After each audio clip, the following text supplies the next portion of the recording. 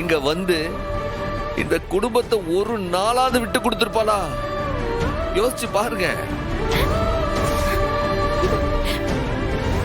ஒரு பொண்டாட்டியா, ஒரு தாய்க்கு தாயா தோ நிக்கிறாரு அந்த மனுஷன். அவருக்கு ஆதரவா ஒரு டாக்டரா அவ என்னெல்லாம் செய்யல இந்த குடும்பத்துக்கு? அவ என்ன செய்யல? அதெல்லாம் மறந்த சொல்லுதீங்களா? போகட்டுமா, போகட்டும். இல்லே, அவ போகட்டும் நினைச்சிருந்தா இந்த சம்முவ என்னைக்கோ போய் சேர்ந்திருப்பேன்.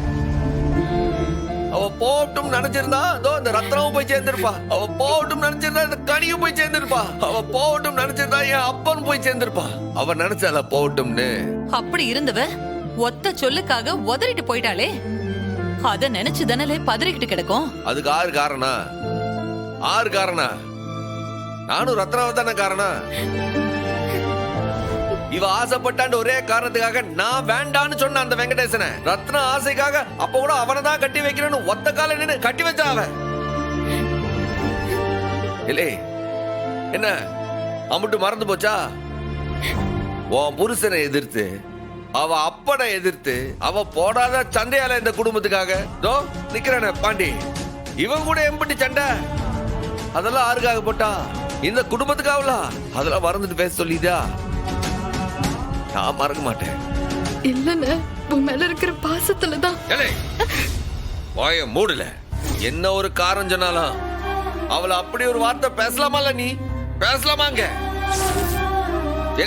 அவ அவன் பெத்த அப்படியே எதிர்த்துட்டு கோயில் தர்மகர்த்த எலெக்ஷன்ல எதுக்கு நின்னா?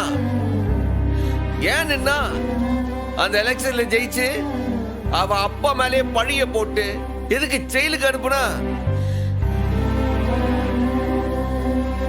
இல்ல நம்ம அம்மா உத்தமின்ட்டு ஊருக்கு நிரூபிக்கிறதுக்காக அப்படி செஞ்சாவல. அவளுக்கு அதான் செய்யணும் தலையெழுத்தா? இல்ல அதெல்லாம் மறக்க சொல்லுதீரா? நமக்காக அவ அப்பா கூட மல்லு கட்டி, அவ அண்ணன் கூட மல்லு கட்டி, எல்லா ஒரு சூழ்நிலையிலும் இந்த குடும்பத்துக்காக தோல் கொடுத்தவள. அவ இந்த குடும்பத்துக்காக என்ன செய்யல? சரி, தோ அந்த பொறிக்கு வெங்கடேசனை அவதான் கூட்டு வந்தா. ஏன் கூட்டு வந்தா? என் தங்கச்சி காதலிச்சவன் அவன் நல்லவனா தான் இருப்பான்ற எண்ணத்துல எல்லாம் கூட்டிட்டு வந்தா. அப்ப அது அவ கூட்டு வந்து தப்புண்டா? இவ காதலிச்சது தப்புல. இவ அவனை நம்பினது தப்புல. நான் ஒரு முட்டாப்பையன்.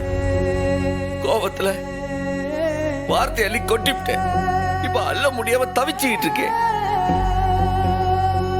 அவகிட்ட அவ கேட்கிற கேள்விக்கெல்லாம் என்னால பதில் சொல்ல முடியல. நெஞ்சில நெருப்பெல்லாம் எடுத்து கொட்டுற மாதிரில இருக்கு.